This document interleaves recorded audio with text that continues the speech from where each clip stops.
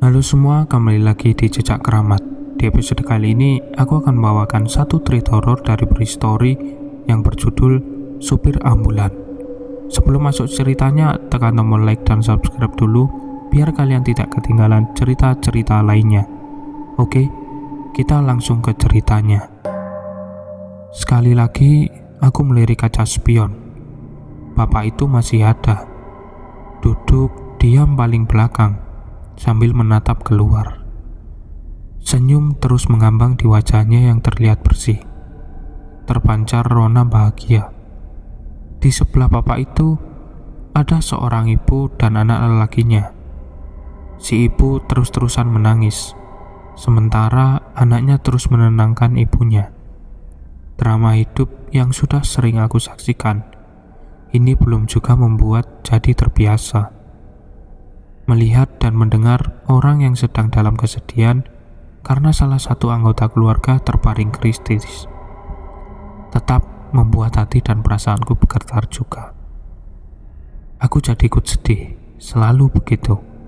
Sementara Doni, perawat yang ikut dalam penjemputan, terdengar masih terus memberi perawatan kepada pasien yang tengah terbaring.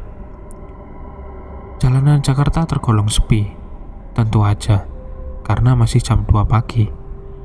Sebentar lagi sampai. Rumah sakit hanya tinggal beberapa ratus meter jaraknya. Ingin cepat-cepat sampai saja rasanya. Suara sirine terus memekak telinga, mengiringi ambulan yang sedang aku kemudikan melaju dengan kecepatan tinggi. Perempuan muda, usia 20-an tahun, parasnya cantik, rambut panjangnya tergerai sampai bahu. Dia duduk depan di sebelahku. Sejak dari rumahnya tadi tempat aku menjemput. Dia sepertinya adalah adik dari laki-laki yang duduk di belakang, sama seperti ibunya. Air mata perempuan ini terus mengalir sepanjang perjalanan, walau sama sekali aku gak mendengar suaranya. Akhirnya gerbang rumah sakit sudah kelihatan. Aku lalu mengurangi kecepatan. Ambulan aku bawa masuk gerbang ketika kami sudah benar-benar sampai. Gedung UGD menjadi tujuan. Aku menghentikan kendaraan di depan pintu UGD. Lalu dengan sigap beberapa perawat membuka pintu belakang untuk mengeluarkan pasien. Aku terus memperhatikan semuanya. Tapi ada yang aneh. Kenapa aku gak melihat bapak yang duduk paling belakang tadi? Bapak yang selalu memperhatikan keluar. Bapak yang ketika aku lihat selalu sedang tersenyum. Bapak itu gak kelihatan. Kemana dia? Sama. Perempuan yang duduk di kursi depan juga gak kelihatan lagi. Padahal aku gak melihatnya turun kendaraan. Mungkin sudah turun, tapi aku gak lihat. Begitu pikirku dalam hati. Ya sudah, gak berpikir lebih jauh lagi. Setelah pasien dan keluarganya sudah turun kendaraan, ketika sudah selesai semua, aku lalu membawa mobil ambulan ini ke tempat parkirnya di sebelah UGD. Di saat-saat seperti inilah waktunya buat aku untuk beristirahat. Setelah cukup lelah berkendara dengan kecepatan tinggi, tugasku sudah selesai. Hanya bisa berharap kalau pasien yang tadi aku antar bisa diselamatkan dan sembuh. Aku menunggu di satu ruangan yang biasanya dijadikan tempat untuk beristirahat pekerja rumah sakit, entah itu perawat, dokter, atau yang lainnya. Mereka juga sama sepertiku, butuh sekedar menghela napas ketika baru saja selesai bertugas. Dan benar, sekitar 1 jam kemudian, Doni masuk ke ruangan. Perawat yang menjemput pasien denganku tadi. Gak tertolong mas, pasien yang tadi meninggal. Doni bilang begitu ketika baru masuk. Innalillahi. Sedih aku mendengarnya. Tadi saya ngobrol sama anak laki-lakinya, sepeninggal almarhum ayahnya. Sekarang hanya tinggal dia dan ibunya aja. Lanjut Doni. Tinggal berdua. Kan Masih ada bapak dan adiknya yang ikut kita tadi, Don. Ucapku sedikit protes. Mas Santo, ini bagaimana sih?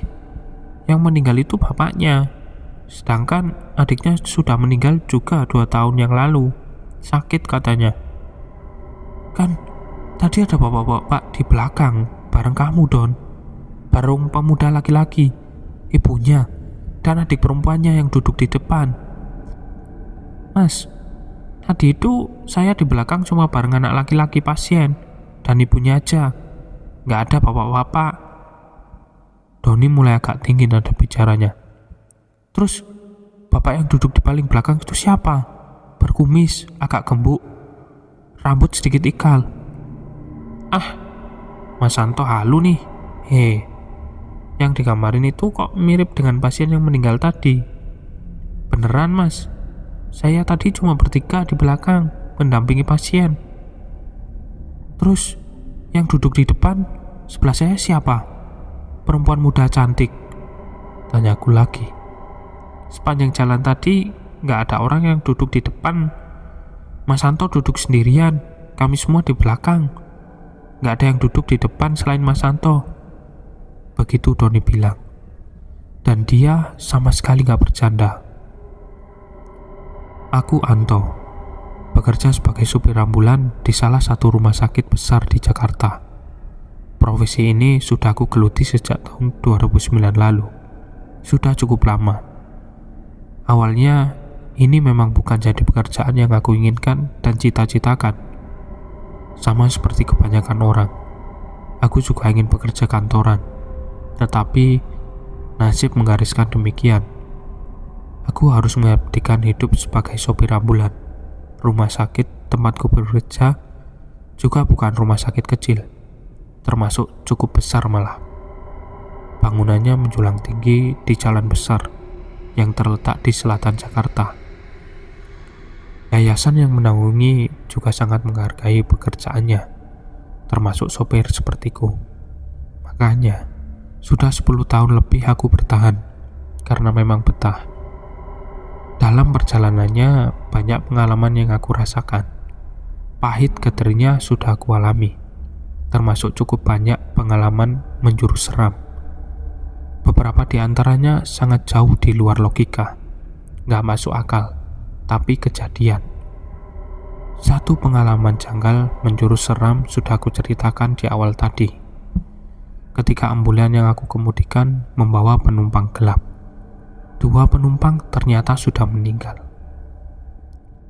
Seperti aku bilang tadi, banyak peristiwa yang sama sekali gak bisa diterima akal. Susah untuk dipercaya. Aku sendiri yang mengalaminya pun masih gak habis pikir. Kok bisa semuanya terjadi?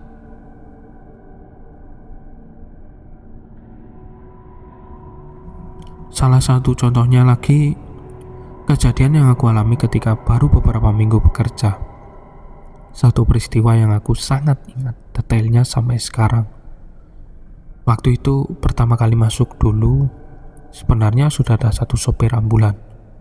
Tetapi karena ambulan yang dimiliki oleh rumah sakit lebih dari satu, maka sopir yang dibutuhkan juga harus lebih dari satu. Akhirnya garis hidup menuntunku untuk masuk dan bekerja di rumah sakit ini. Ada satu ambulan yang berbeda. Kalau ambulan lain adalah kendaraan baru dan modern, yang ini ukurannya lebih kecil dan usianya cukup uzur. Bisa dibilang merupakan ambulan tua yang sebentar lagi akan dipensiunkan, namun masih layak pakai. Bisa ditebak, akhirnya akulah yang ditugaskan untuk mengemudikan ambulan tua ini. Kisah yang akan aku ceritakan adalah kejadian seram yang aku alami ketika mengendarainya. Ambulan yang pasti sudah banyak cerita di belakangnya. Saksi bisu, banyak kisah sedih dan seram. Pertengahan 2009, beberapa minggu aku baru mulai bekerja. Semuanya berawal ketika aku ditugaskan untuk mengantar pasien menuju rumahnya di daerah Purwakarta, Jawa Barat. Entah apa alasannya waktu itu. Gak banyak tanya, aku langsung menjalankan tugas yang diberikan. Masih lekat dalam ingatan, waktu itu hari Kamis. Aku harus menuju Purwakarta pada sore menjelang malam, bebarengan dengan padat kendaraan karena jam pulang kantor. Bener aja. Selepas maghrib, aku terjebak dalam kemacetan jalan tol Jakarta Cikampek. Volume kendaraan sangat tinggi, gak mampu ditembus walaupun terang-terangan yang aku kemudikan adalah ambulan. Kami tetap aja tersendat karena kendaraan lain seperti enggan untuk memberi jalan. Untung aja, pasien yang aku antar pulang ini kondisinya gak kritis. Jadinya agak berkurang bebanku berkendara. Singkat cerita, setelah menerobos padatnya jalan Jakarta Cikampek, sekitar jam 9 malam, kami sudah keluar tol dan mulai memasuki jalan biasa. Tadinya aku pikir setelah keluar tol gak akan lama lagi akan sampai tujuan. Tapi salah. Ternyata kami masih harus menempuh sekitar 1 jam lagi perjalanan ke arah Subang. Cukup jauh. Tapi akhirnya perjalanan sampai di ujung juga. Sekitar jam setengah 11, kami sampai di rumah pasien. Aku yang ditemani oleh satu orang perawat, Irawan, membantu pasien untuk turun dari ambulan bersama keluarganya. Lega rasanya ketika tugas sudah selesai ditunaikan. Setelah kami diajak untuk makan dan minum terlebih dahulu, jam 11, aku dan Irawan kembali pulang menuju Jakarta. Mas Santo, saya nanti turun di Terminal Purwakarta ya. Sudah dekat ke Bandung, Mas. Saya besok off 2 hari. Jadinya mau mudik aja sekalian, hehe. Irawan bilang begitu ketika kami baru saja meninggalkan rumah pasien. Dia memang orang Bandung. Orang tuanya tinggal di Kota Kembang. Makanya memutuskan untuk sekalian pulang karena sudah sampai di Purwakarta yang lebih dekat ke Bandung. Oh gitu, ya udah Mas. Sekalian mudik ya. Tanggung udah di sini kan, he. Aku jawab begitu. Begitulah. Setelah Irawan turun, nanti selebihnya aku akan berkendara sendirian menuju Jakarta. Benar adanya. Setelah sampai di lampu merah perempatan Purwakarta Subang Bandung, Irawan turun, kami berpamitan. Setelahnya aku terus melaju masuk jalan tol menuju Jakarta. Jalan tol jam 12 tengah malam. Sudah sangat lenggang walau masih cukup banyak kendaraan yang melintas. Ambulan aku pacu dengan kecepatan sedang. Melihat situasi jalan yang gak terlalu ramai dan gak ada yang perlu aku kejar, jadinya kecepatan tinggi gak terlalu diperlukan. Ditambah, sadar kalau yang aku kendarai ini adalah kendaraan yang umurnya sudah gak muda lagi. Daripada nantinya terjadi kerusakan, lebih baik aku menjalankan dengan kecepatan normal. Aman. Benar. Awalnya aman. Tapi ketika mulai memasuki sepertiga perjalanan, sesuatu mulai terjadi. Sesekali aku merasakan kalau mobil seperti kehilangan tenaga. Pedal gas yang aku injak tidak memberikan efek untuk melaju. Tapi sebentar, kemudian mesin kembali normal. Hal ini berlangsung beberapa kali. Aku jadi mulai was-was. Kenapa sih ini mobil? Bergumam aku sendirian. Kemudian mulai berdoa. Semoga mobil dapat terus melaju sampai nanti di tujuan. Terus aku berdoa sepanjang jalan. Tapi ternyata takdir berkehendak lain.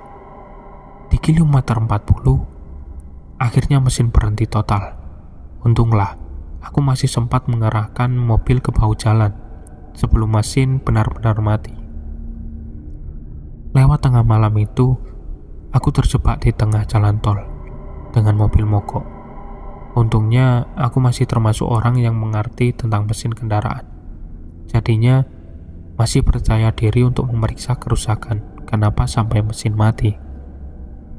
Di pinggir jalan itu aku coba mencari tahu sumber kerusakannya. Tapi aneh. Entah sudah berapa kali aku memeriksa dan memperhatikan mesin mobil, tapi gak melihat ada kerusakan. Semuanya normal. Sampai akhirnya menyerah, Di titik ini, aku coba menghubungi Pak Ruslan. Beliau adalah sopir seniorku. Dia juga yang sebelumnya mengendarai mobil ini. Halo Pak Ruslan, maaf mengganggu Pak. Saya mau minta tolong. Aku bilang begitu ketika percakapan sudah dimulai. Iya, ada apa toh? Pak Ruslan menjawab di ujung telepon. Kemudian aku menceritakan semua yang sedang aku alami. Tapi di tengah percakapan, Pak Ruslan mengeluarkan pertanyaan yang menurutku agak aneh. Toh, ini sampean lagi di mana? Tanya Pak Ruslan dengan logat Jawa kentalnya. Saya lagi di pinggir jalan tol, Pak. Emang kenapa? Aku menjawab dengan pertanyaan. Kok saya dengan ada orang yang sedang berdoa ya? Banyak orang? Atau kamu sedang dekat tempat ibadah? Enggak ada, Pak. Ini saya benar sedang di pinggir jalan tol. Enggak ada orang berdoa. Seperti itu percakapanku. Oh gitu. Maaf, saya nggak bisa bantu apa-apa. Lebih baik kamu tunggu mobil derek aja kalau memang mobil mogok total. Begitu katanya. Ada orang berdoa. Kok aneh? Tapi ya sudahlah.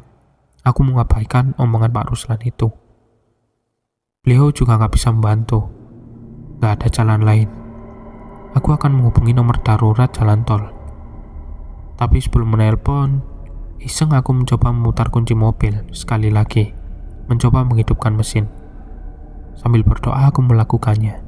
Ternyata masih hidup, menyala dengan normal. Seperti nggak pernah ada kerusakan sebelumnya. Gak buang-buang waktu, aku langsung tancap gas. Leganya. Aku terus memacu mobil menuju rumah sakit. Aku pacu dengan kecepatan cukup tinggi supaya cepat sampai. Tapi ketika persis sebelum aku masuk ke tol Jor, lingkar luar Jakarta, ponselku berdering. Ternyata istriku yang menelpon. Halo, Papa di mana? Kok belum pulang juga? Begitu istriku bilang. Masih di jalan, Ma.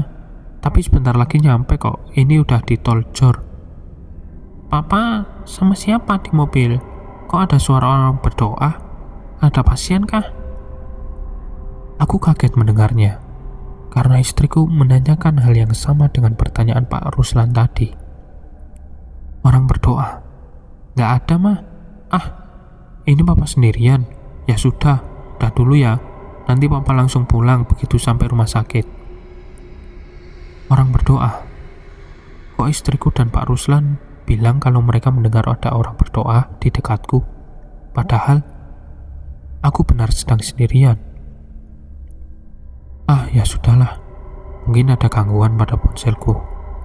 Gak berpikir macam-macam, aku terus meluncur menembus lenggangnya jalan tol.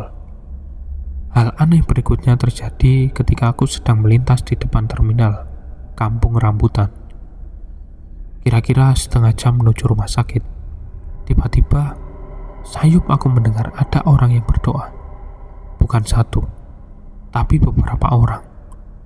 Awalnya aku pikir suaranya dari luar, tapi ternyata aku salah. Suara orang berdoa itu asalnya dari dalam kendaraan, di bagian belakang mobil. Sontak bulu kuduku berdiri. Aku merinding. Suara doa itu semakin lama semakin jelas terdengar. Tadinya aku gak berani untuk melirik kaca spion. Aku takut kalau ada pemandangan seram terlihat di belakang. Sementara itu, suara orang-orang itu semakin jelas terdengar.